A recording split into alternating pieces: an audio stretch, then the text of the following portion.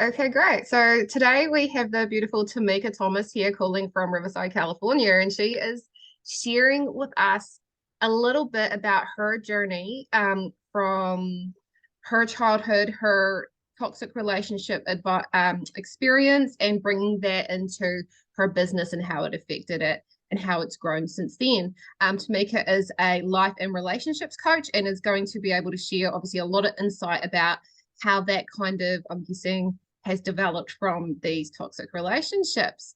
So we want to welcome you here today, Tamika. Oh, thank you so much, Catherine. Thank you for having me. I count it an honor to be on your show. Thank you. And I just want to yeah, welcome you so much and just let you know how grateful we are for having you here and taking the time to be able to be a part of this. So I just want to, yeah, just get into it and get started. And obviously, maybe you could give us a little talk about, like tell us a little bit about yourself. Yes, so I love that said that we'd kind of talk about childhood because I believe for a lot of us, that's where it starts, right? Mm, Like that's kind of the roots of who we are.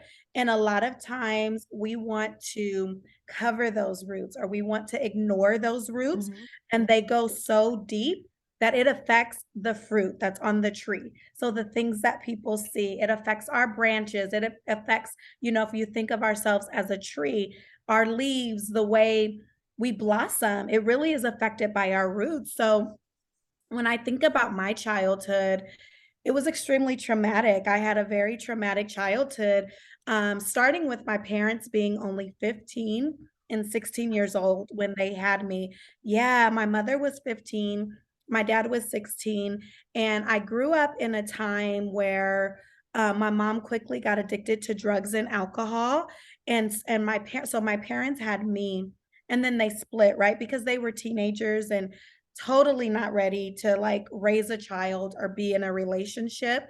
And so my dad was not very present in my life up until about 7 years old. So from 0 to 7, which science teaches us, that's when our brain develops, right? That's when we get like all the things that makes us the humans that we are. And that period of my life was extremely rough. I grew up not only seeing, but experiencing emotional abuse, physical abuse, as well as sexual abuse. So a lot of those things I saw, and then they also happened to me. And then at the age of 6, I was hit by a car, which prompted, yeah, which prompted my dad to step up. Now, mind you, I'm 6, he's all of like 22, mm. 23, right? And he had already started having other children. By this time, my mom had already had 4 other children. Oh my So I goodness. am, yes, so I am a 6-year old, a 7-year old with, I think at that time I had 7 or 8 younger brothers and sisters because I am the oldest of 10. There's 11 of us in total. So my relationships were that I saw being modeled growing up were extremely toxic. When I was actually removed from my mother's home because of the abuse, and I was sent to go live with my father. He's 23. He has 3 children. One that is me, I'm 7, but in my mind, because of a lot of times what happens when children experience abuse or they have a parent that is a drug addict, they're parentified. So I Mm, was already like an adult in my head, right? Like I knew how to cook, I knew how to bargain with people, I knew how to do all the things. And now I'm moving into this home that has more structure, but it was so uncomfortable because it wasn't my normal. It mm, was better, but it wasn't my normal. And I think that that's kind of the pattern that I picked up getting into relationships that appeared to be better, but because they were not my normal, I looked for the chaos. I mm, looked for the dysfunction. I craved it almost because that's what my brain told me. This is what I deserve. This is where I'm supposed to be. I'm supposed to be in this dysfunction.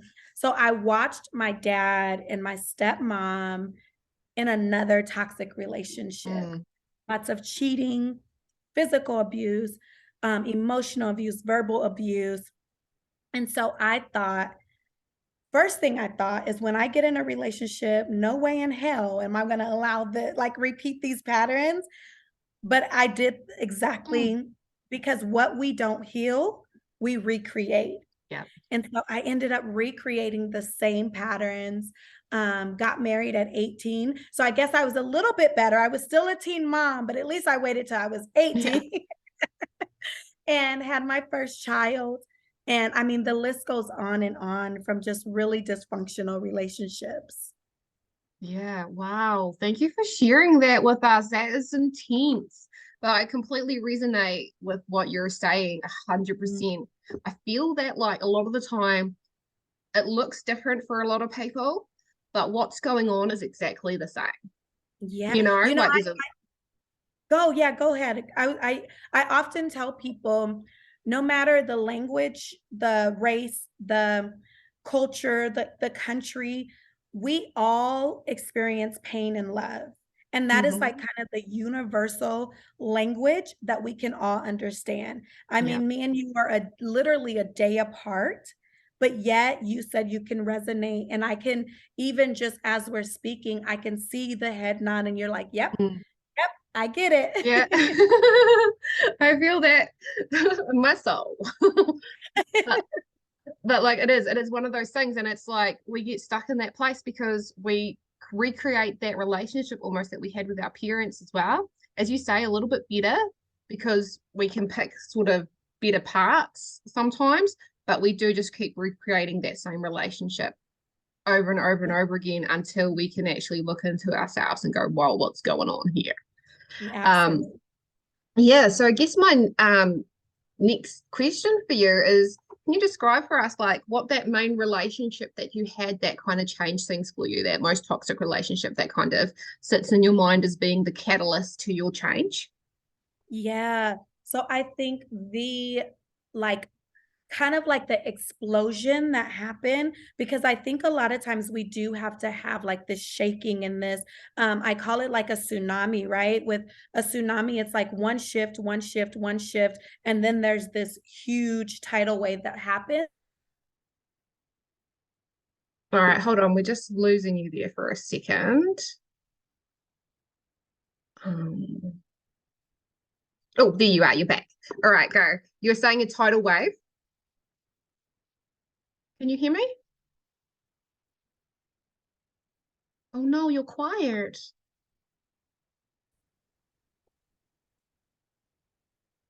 Are you back? Can you hear me? I am. Yes. Can you hear me?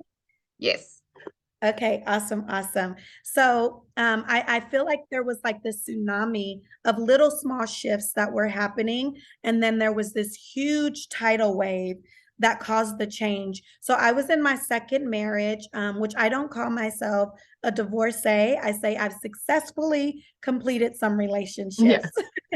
So I had successfully completed my first marriage, and I was in my second marriage, and he was like a minister. He was all the things on paper that makes it seem like, oh, she finally picked a good one. And he was extremely toxic. He was dealing with a lot of mental health disorders. So in public, our relationship and our marriage looked a certain way, but behind closed doors, it looked Mm. completely different. And so I remember us fighting. It was like this like week long fight, and I just decided I was done fighting. I laid down on the couch because I just wanted to get away and I wanted some peace. And I took a nap, and I remember waking up with him over me with a knife, gloves, like he was going to Ready. take my life. It was extremely scary. And interesting thing is, right before that confrontation, I watched an episode of Oprah where she was highlighting this book, The Gift of Fear. And in that book, it talks about never let your abuser or your abductor take you to another location. You have to kind of stand up to them because they're also scared in this act of getting ready to hurt you. So it was kind of like this God thing that I had just read that book, Mm. and now here I am in this situation.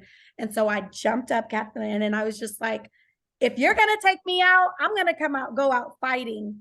And so, he fled. And that was like my wake up call. And from there, I was like, I deserve better. Yeah. I Well, just deserve more. I deserve. And so I literally took 6 years healing, yeah. 6 years single. So I could figure out why was I attracting this type of person and not only attracting it, but accepting it. Yeah. And so from there, that was like the catalyst that really led me to the beautiful, healthy marriage that I'm in today. Oh, amazing. Because it was going to be my next question is, did you find someone obviously to have and be able to have a healthy relationship? Um, can you hear me? Oh no. Okay, I can hear Oh, you. there you go. Awesome. So, right. So I guess we've kind of covered my next question, which was what are the toxic traits that were apparent to you? But like, I guess, yeah, after that, we're asking like, how did those, how being in that marriage with someone with those mental health disorders and obviously even having to hide that relationship away, obviously, because I'm guessing as a minister, you had to present a certain front to the congregation and such. Um, how did that affect your self-esteem? Oh my goodness. I remember one of the young children in the congregation. At this time I was maybe in my early 30s. I was a young, cute, tender young thing, right? Yeah. And I remember someone asking me, one of the kids, he asked me if I was a grandma because I didn't wear makeup. I had gained so much weight. I didn't do my hair because I felt like I didn't matter. I felt like I had no value and I really felt like I wasn't seen. So instead of me like doing anything to be seen, I really like lowered who I was. I did when folks say dim your light, like that was my middle name. I completely dimmed my light because I thought if anyone does see me, I don't want them to see this part of me. So my self-esteem was lower than low at that period of time. Do you also think that possibly that outside appearance then therefore that you had created was almost like a cry for help as well from someone to be like, look how much I've changed. Can you help me? Absolutely. And like I said, not feeling seen because it was like no one asked. No one said like, "Wow, you're different."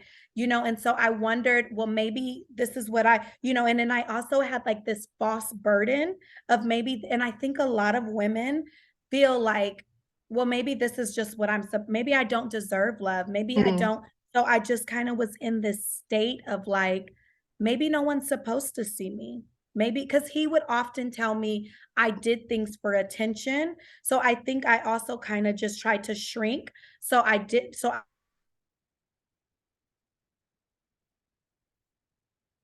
so hopefully that internet's going to catch up there in a second.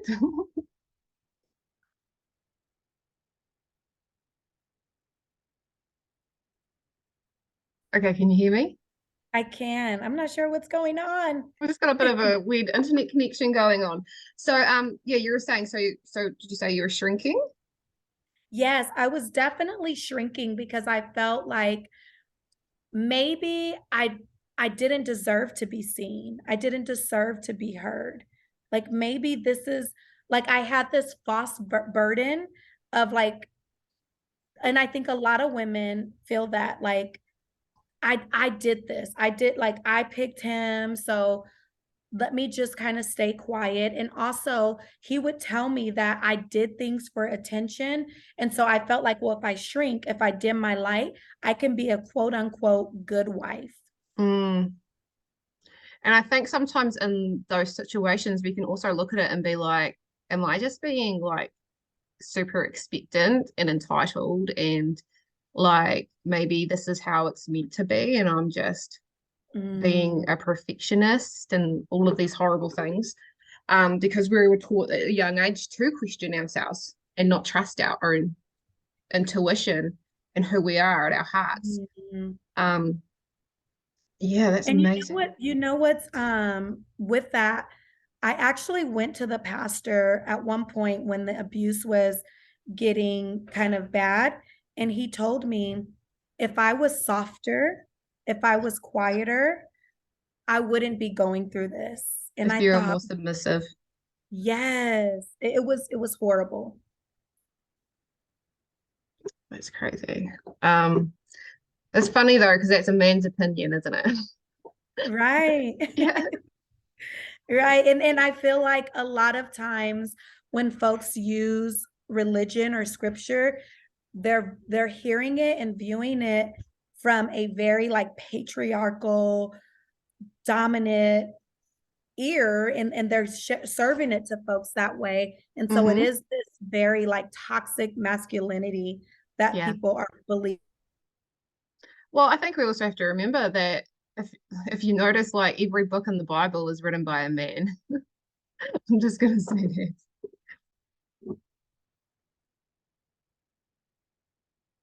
Sorry, you're on mute. I can see there. Oh, no. Okay. Yeah, I was gonna say, yeah, every book in the Bible was written by a man. Yes. Mm-hmm. So it's all seen through the eyes of a male's perspective and of that time as well. Um, but yeah, I do think that men do fear the rise of the woman. Oh yeah, right? Because Yeah. you can feel it. It's like this collective rising, and they're like, "Oh shoot." I think with anything, right? With racism, with the rise of the woman, I feel like people think we're going to do what they did to us. And so that's why that fear happens and comes up. Mm, yeah.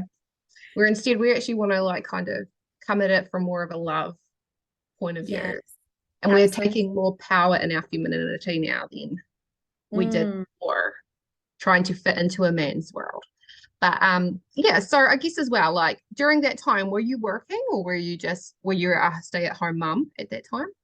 Actually, interesting enough, I worked two jobs and he stayed at home. So there was also some financial abuse that Mm, happened because I was doing all the things, like just really trying to please him, where he would say, "Oh, God told me to quit this job." And I'm like, that doesn't sound like God to leave you with this family and not work. So he would quit jobs and he wouldn't, be helping provide while I had to work. And so at work, my colleagues definitely saw a difference. But I just kind of hid it, because I yeah. really wanted my marriage to work. Did anybody step up and say anything to you, like at all, or anyone express their You worry and concern? His sister, which is my best friend still to this day, she was like, "This is not right for you." Like, and she's actually my assistant in my business. Like Amazing. we're so close, and she knew even, and she tried to talk me out of even marrying him, but my heart and my mind knew what I wanted, and I didn't listen, which I think a lot of times, like you said, we don't trust that intuition. I knew it, I knew it, I knew it, but I thought I could, oh, this is so good. I thought I could love the red flags away. And I Mm, think so many women think that. the fixers and the rescuers, the codependents, basically. Yeah, we think that we can love them. I know that because I'm the same. I just want to love. If I love you and fix you, then you will love me and choose me. I think as well is also Yeah. playing in that a little bit. But yeah. So I guess I guess for my next question is like, when did you start noticing that um like any deterioration in your work did you find like during that time, like when you were out of business and doing your thing, did you find that the relationship was really causing an effect on how you showed up? Oh, for sure. I've always been in the space of helping. And I started to, what I like to kind of like metaphorically say, started to bleed on the people I was meant to help heal. And so Mm, I was like looking for, it was like this one up mentality. Well, you don't have it as bad as me. Although I wouldn't share them all my stuff, it was kind of like I became hard and well, just get over it, because I was really hurting. And so it prevented me from helping in my full capacity because Mm, I needed the help. And what I know for sure is we can't give people what we haven't given ourselves. no. And we can't open our hearts up to receive it either without Yeah, doing the work first. Um, absolutely.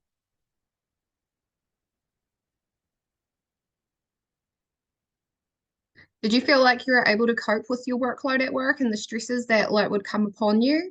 Or did you just feel like in the end that everything was too much? It was just So overwhelming.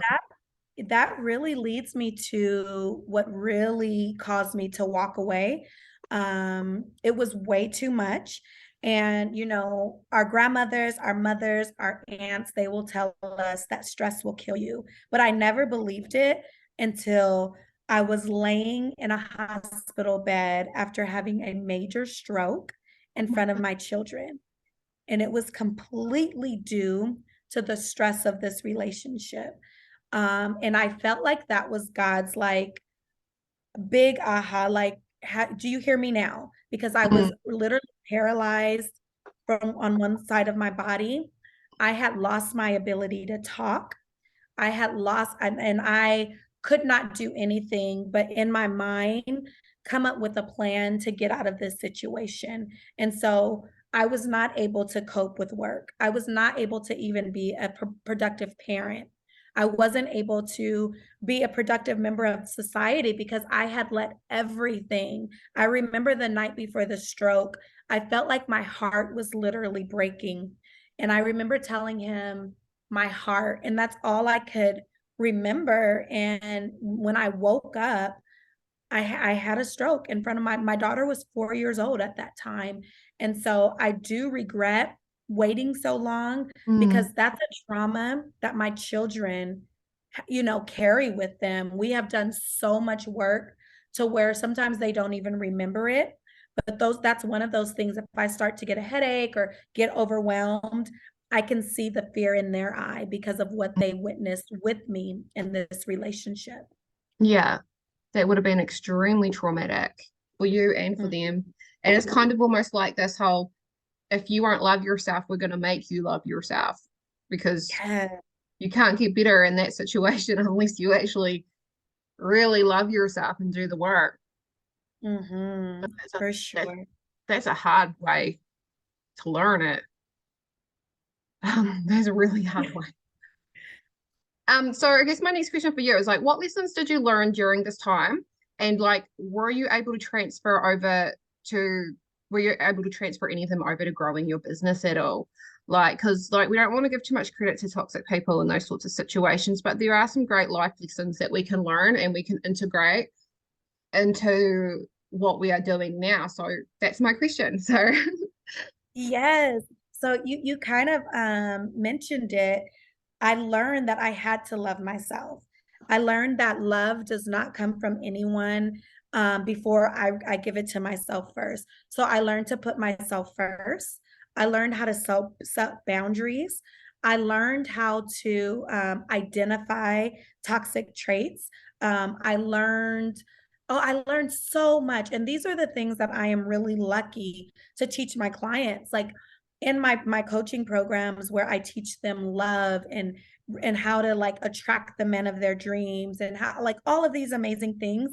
But I first teach them how to heal mm, those roots, just like we talked about, right? So you yeah, don't recreate that same thing. So I literally teach them how to heal their inner child. I teach them how to set boundaries for themselves and others. I teach them how to love and accept themselves because I think that that was my biggest thing in my relationships. I didn't truly love and accept myself, so I was looking for it in other yeah. people. And all of those things are translated into my business that I am like I walk women through a 6-month program where we do this intense beautiful work for them when they come on the other side of it. Many of them are ready to date and like at month 3. And I'm like, hold on, sis, hold on. Let's get all this. Let's get all these goods. And then so when I send you out, you'll be really ready. But it's really I say that everything in my toxic relationships are not my trials, but they're my treasures. Mm. They've really created me to be the woman that I am today. Yes, that's beautiful. And I guess if there's like one thing that you could tell someone that's currently in a toxic relationship that you know you've learned through your own, what would it be? I would definitely tell them to connect, right? I think one of the biggest things that happens in toxic relationships is this lack of connecting. And so because we want to hide. So I would say connect with people that can carry your story, that can carry your weight, but then also heal what you hide. So Hmm. many of us are hiding behind what needs to be healed. And when we learn to heal what we are hiding, we can live a life to inspire and not impress, and we gain our power from our Mm, pain. 100%. That's so beautiful. And on that note, we've just finished the interview, and I just want to thank you so much, Tamika, for sharing all of your wealth of information and your story that I'm sure is going to inspire so many beautiful people out there in the world at the moment who need to hear your voice. And I will put Tamika's link to her website or the way for you to get in contact with her if you'd like to work with her in the comments. And yeah, I just want to say I'm so grateful to have you here. And yeah, I just can't share how much I'm just so happy to talk to you today. Thank you so much for having me. And I just want to wish you uninterrupted success, that you continue doing all that you're doing, because I know sometimes it's heavy lifting, but Mm. it's so needed. It is so needed. And you are doing better than you think that you are. So thank you so much for having me. Awesome. Thank you so much.